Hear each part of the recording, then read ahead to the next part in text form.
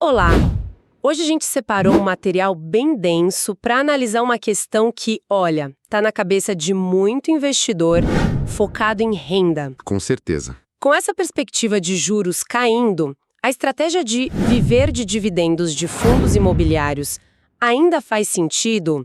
Ou será que existem caminhos mais rentáveis? Exato. A grande pergunta que fica, com base no que a gente estudou, é: onde está o melhor equilíbrio entre receber um dinheiro todo mês e ver o patrimônio crescer de verdade? Exato.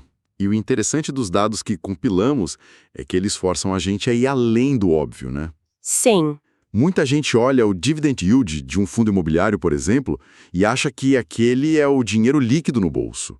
Mas a realidade é bem mais complexa. Vamos falar sobre a necessidade de reinvestir uma parte gorda desses proventos só para não perder para a inflação e, principalmente, sobre como o preço que se paga por um ativo pode definir seu sucesso ou fracasso por uma década inteira. Perfeito. Vamos começar por esse ponto que você mencionou, que eu acho que é o que mais vai surpreender.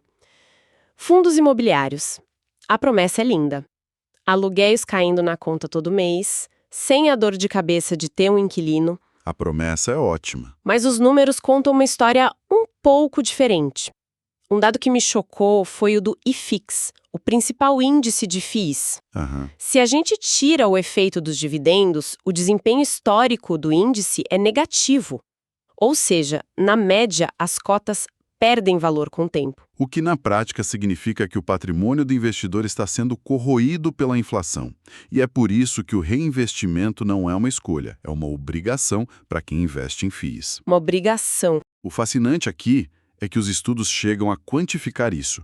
Para FIIs de tijolo, que investem em imóveis físicos, a recomendação é reinvestir algo entre 25% e 30% de toda a renda que você recebe. 1/3 do aluguel já vai embora só para manter o poder de compra. Exatamente. E piora. Para os FIIs de papel que investem em dívidas imobiliárias, a coisa é mais séria. O reinvestimento necessário sobe para a faixa de 50% a 55%. Metade. Metade do rendimento. Isso acontece porque esses fundos geralmente são corrigidos por índices de inflação. Então, quando a inflação cai, o rendimento deles tende a cair junto. Se o investidor não reinvestir pesadamente, o poder de compra da sua renda futura, o UF, despenca. Isso desmonta completamente a ideia do yield alto. Vamos pegar um exemplo prático que estava no nosso material, o HGLG, um fundo de logística super conhecido. Como ficaria a conta para ele? O HGLG é um ótimo caso. Ele reportou um dividend yield de 8,36% nos últimos 12 meses. O investidor desavisado olha esse número e compara com a Selic, com a inflação, e acha um bom negócio. Parece ótimo à primeira vista. Mas, sendo um FI de tijolo, precisamos aplicar aquela regra. Vamos tirar 30% desse rendimento para o reinvestimento obrigatório. Sabe para quanto vai o rendimento que sobra de verdade para gastar? Chuto que cai bem. Cai para aproximadamente 5,85% ao ano. Nossa. De repente, aqueles 8,36% não parecem mais tão espetaculares. E é esse número, 5,85%, que a gente deveria usar para comparar com outras opções de investimento. Entendi. Então, o rendimento líquido de um FI de tijolo na prática fica ali na casa dos 5% a 6% ao ano, depois de proteger o patrimônio? Isso. Isso me faz pensar, será que não existe uma opção na renda fixa que entregue um retorno real parecido, mas com aquela tranquilidade de não precisar ficar acompanhando o gestor, vacância, qualidade do imóvel? Essa é a transição perfeita. A alternativa mais direta que os estudos apontam é o Tesouro IPCA com juros semestrais. Pensa comigo. Hoje, um título desse está pagando a inflação, o IPCA, mais uma taxa real de quase 7%. Já é maior. Ou seja, ele já te entrega um ganho real superior àquele rendimento líquido do HGLG e com a garantia do Tesouro Nacional. O capital principal é corrigido pela inflação por contrato, não tem si. E o desempenho histórico confirma isso? Porque a memória recente é de FIIs subindo bem. A memória recente pode enganar. Se a gente abre uma janela mais longa, de 2012 para cá, a diferença é grande. O Tesouro IPCA 2035 rendeu 186%, já líquido de imposto de renda. Certo. O IFIX, no mesmo período, mesmo considerando o reinvestimento total dos dividendos, rendeu 142%. Uau! Ou seja, A renda fixa com proteção inflacionária foi superior e com muito menos trabalho. É o que a gente pode chamar de investimento de estresse zero. Você compra e literalmente esquece. Exato. E ainda dá para montar um fluxo de caixa previsível. O Tesouro IPCA 2035 e o 2045, por exemplo, pagam juros sempre nos dias 15 de maio e 15 de novembro. Certo. Já o Tesouro IPCA 2060 paga em 15 de fevereiro e 15 de agosto. Se o investidor combina esses títulos, ele passa a receber um cupom de juros corrigido pela inflação a cada 3 meses. É uma renda extremamente previsível e segura. O material também citava o tesouro pré-fixado com juros semestrais, que pagaria em janeiro e julho. Com ele, daria para ter renda em praticamente todos os meses, pares e ímpares. Sim, mas aí entra um risco importante. O prefixado não tem a proteção contra a inflação. Se a inflação dispara, o investidor que travou uma taxa de 10% ao ano, por exemplo, pode acabar com um retorno real negativo. Entendi. Por isso, ele é visto como uma aposta mais direcional e arriscada, sabe? Que não deveria compor o grosso de uma carteira de renda. Ok, então o Tesouro IPCA se mostra uma base muito sólida, uma verdadeira âncora de segurança para a carteira. Mas vamos para o outro lado da equação. Vamos lá. Para quem busca não só a renda, mas também o crescimento de patrimônio mais expressivo e topa o risco da renda variável, a análise aponta para as ações de dividendos. E aqui os números da comparação são bem fortes, né? São gritantes. Se conectarmos isso a um quadro maior, os dados históricos são claros. Em praticamente qualquer janela de tempo relevante, as ações de boas pagadoras de dividendos superaram os FIIs. Vamos aos números. Nos últimos 2 anos, o IDIV, que é o índice das ações de dividendos, subiu 33%. No mesmo período, o IFIX subiu 16%. Nossa, é mais que o dobro. Isso quebra totalmente aquele mito de que FII e ações de dividendos andam mais ou menos juntas na bolsa. Quebra totalmente. E quanto mais a gente estica o prazo, pior fica para os FIIs. Em 5 anos, o índice de dividendos rendeu cerca de 80%. 80%? Sabe quanto rendeu o IFIX? 31%. O mais chocante é que a inflação acumulada nesse mesmo período foi de 34%. Peraí, então quer dizer que, na média, quem investiu em fundos imobiliários nos últimos 5 anos e gastou os dividendos, na verdade perdeu poder de compra? Perdeu. O patrimônio não acompanhou nem a inflação? Exatamente isso. Perdeu poder de compra. E se a gente olha em 10 anos, a diferença fica até difícil de acreditar. O índice de dividendos entregou um retorno de 440%. O IFIX, 155%. Que diferença! A conclusão é inescapável. Historicamente, para o crescimento de patrimônio, as ações se provaram um veículo muito mais poderoso. Vamos tornar isso mais palpável. A análise traz um estudo de caso ótimo do setor de papel e celulose, comparando 2 empresas que todo mundo conhece, Irani e Klabin. Sim, é um caso de estudo perfeito sobre como o valuation, o preço, impacta o retorno. Hoje, a análise de mercado aponta Irani e Suzano como as ações mais baratas do setor. Certo. Em termos de pagamento de dividendos, a ordem costuma ser Irani na frente, depois Klabin e, por último, Suzano. Um ponto de atenção sobre a Irani é que, apesar de ainda ser vista como barata, a ação já subiu quase 40% desde janeiro de 2025, quando estava na casa dos R$6. Ah, então o timing da entrada? O timing da entrada sempre importa. E a Klabin tem aquela aura de ação da vovó, né? De empresa sólida, um porto seguro na bolsa. Como ela se sai nessa análise mais fria dos números? Pois é, aqui a gente confronta a fama com a realidade. O desempenho da Klabin de 2020 para cá foi praticamente zero. A cotação andou de lado. De lado. E o dado mais forte é de 10 anos. Mesmo reinvestindo todos os dividendos, o retorno total para o acionista foi de 66%. Isso mal empatou com a inflação do período, que foi de 64%. Mas peraí, isso é muito contraintuitivo. A Klabin é o que o mercado chama de blue chip, uma empresa gigantesca, líder de mercado, sinônimo de segurança. Como pode uma gigante dessas empatar com a inflação por uma década inteira? É chocante, né? O investidor que comprou por segurança, na verdade, não ganhou nada em termos reais. Exato, e é aí que está a grande lição que os dados mostram. O problema não foi a empresa. A Klabin continuou sendo uma excelente empresa. O problema foi o preço. O preço. No passado, a Klabin era negociada a múltiplos muito, mas muito caros.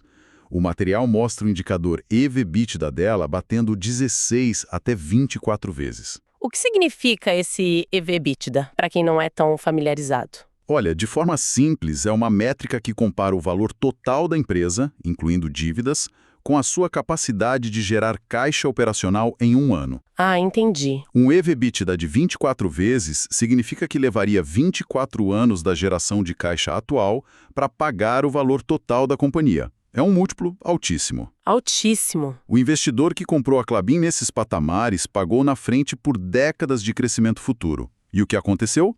A empresa cresceu, entregou resultados, mas a cotação não saiu do lugar porque o preço já estava esticado demais. Prova de cima, não basta comprar empresa boa, tem que comprar empresa boa a um preço justo. Mas e no prazo mais longo? A Klabin sempre foi um investimento ruim? Não, de forma alguma. E isso torna a análise ainda mais rica. Se olharmos uma janela de 24 anos, a Klabin entregou um retorno espetacular de 5.000%, o que dá uma média de 18% ao ano. O que é excelente. Só que, no mesmo período, a Irani, que sempre foi negociada a múltiplos mais modestos, entregou 19.000% de retorno, uma média de 24% ao ano. Nossa. Ou seja, mesmo no longuíssimo prazo, a empresa menos badalada e mais barata deu um banho na gigante do setor. Então, olhando para frente, qual é a perspectiva para a Klabin? Essa década perdida é um sinal de que o melhor já passou ou o jogo pode virar? O jogo pode estar virando. A análise mostra que a Klabin acabou de sair de um ciclo de investimentos monstruoso de 30 bilhões de reais. Uau! A dívida da empresa, que estava alta para bancar essa expansão, começou a cair. Agora ela entra na fase que o mercado chama de colheita. A fase boa. A fase boa. A própria gestão da empresa projeta um crescimento no resultado de 30% até 2027. Se isso se concretizar, os cálculos baseados na cotação atual sugerem que o dividend yield dela pode chegar a 10% em 2027. O que a tornaria uma pagadora de dividendos bem relevante. Exatamente. O patinho feio da última década pode se tornar um dos cisnes dos próximos anos, justamente porque o preço da ação não acompanhou a melhora operacional que está por vir. Tudo isso é ótimo, mas tem uma nuvem no horizonte que preocupa todo mundo, a tal da tributação de dividendos. Isso não pode estragar a festa das ações? Esse é um ponto que o material que analisamos desmistifica bem. Primeiro, a proposta que circula não afetaria a imensa maioria dos investidores. Certo. O corte seria para quem recebe acima de R$600 mil por ano apenas em dividendos. É um volume muito alto. Mas e a história da retenção na fonte? Isso não pegaria mais gente? Pegaria, e esse é um ponto negativo. A proposta fala em uma retenção de 10% na fonte para qualquer pagamento mensal de dividendos acima de R$50 mil. Ah. Mesmo que a pessoa não chegue nos 600 mil no ano, ela teria esse valor retido e só o receberia de volta como restituição no ano seguinte. Isso atrapalha o efeito bola de neve dos juros compostos porque atrasam o reinvestimento. Faz sentido. E para quem se assusta com a ideia de pagar imposto e pensa, vou fugir para a renda fixa que é mais simples. A análise mostra que essa é uma lógica que não para em pé. Por que alguém trocaria um potencial imposto de 10% sobre dividendos por uma alíquota na renda fixa que começa em 22,5% e, na melhor das hipóteses, é de 15%? É verdade. Do ponto de vista puramente tributário, é uma troca péssima e tem mais um ponto. Na prática, o dividendo já é tributado. Ele é uma parte do lucro líquido e, para uma empresa chegar ao lucro líquido, ela já pagou uma série de impostos sobre o seu resultado. Já foi tributado na empresa. Exato. O que está em discussão é, na verdade, uma bitributação, um aumento da carga total sobre o capital produtivo. Certo. Então, para a gente amarrar tudo que a gente conversou, ficam algumas ideias bem claras. Primeiro, que a renda dos FIIs não é o que parece. Exato. É preciso descontar uma parcela significativa para reinvestimento e o retorno real que sobra pode ser menor que o de um título público seguro. Perfeito. Segundo, o Tesouro IPCA surge como uma alternativa muito forte para quem quer renda previsível e protegida da inflação, com menos dor de cabeça.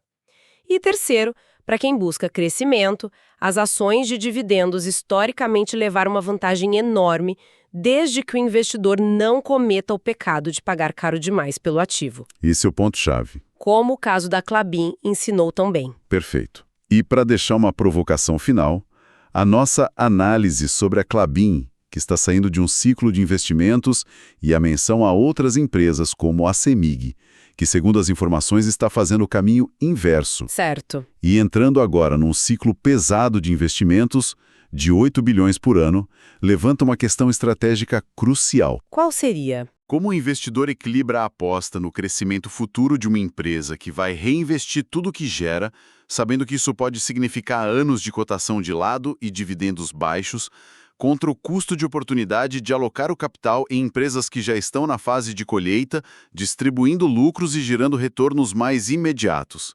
Essa escolha entre semear para o futuro ou colher no presente é talvez um dos maiores dilemas de quem investe para o longo prazo. Este é o resumo sobre aquela grande disputa: ações de dividendos, fundos imobiliários ou tesouro direto. Nossos estudos foram a fundo para entender qual dessas opções populares entrega a melhor combinação de renda passiva e crescimento de patrimônio. E olha, os resultados são bem interessantes. Primeiro, vamos falar da realidade dos fundos imobiliários. Os FIIs, para manter seu poder de compra, você precisa reinvestir uma parte dos rendimentos. Nos fundos de tijolo, isso fica entre 25% a 30%. Agora, nos de papel, a coisa sobe para 50% até 55%. Ou seja, o que sobra para gastar é bem menor do que o anunciado. Segundo, o Tesouro IPCA com juros semestrais. Ele entra forte na briga, viu? Porque ele te dá uma renda que já cresce com a inflação. E os números mostram isso. Desde 2012, o Tesouro IPCA 2035 rendeu 186% contra 142% do IFIX, o índice dos FIs. Uma diferença bem considerável. E, por último, as ações de boas pagadoras de dividendos. Aqui, o potencial de retorno simplesmente dispara. Em 10 anos, o índice de dividendos, o IDIV, valorizou incríveis 440%. O IFIX, para comparar, ficou em 155%. Empresas como a Klabin, por exemplo, projetam um crescimento que pode turbinar ainda mais os dividendos no futuro. Em resumo, para quem busca renda e crescimento a longo prazo, o Tesouro IPCA e boas ações de dividendos parecem superar os fundos imobiliários, com mais segurança e potencial. Lembrando, tá? Esse estudo não constitui nenhum serviço de análise ou recomendação. Este é o mercado de renda variável, bolsa de valores, onde o risco é inerente. Toda e qualquer decisão é de cada investidor. Um abraço e até a próxima.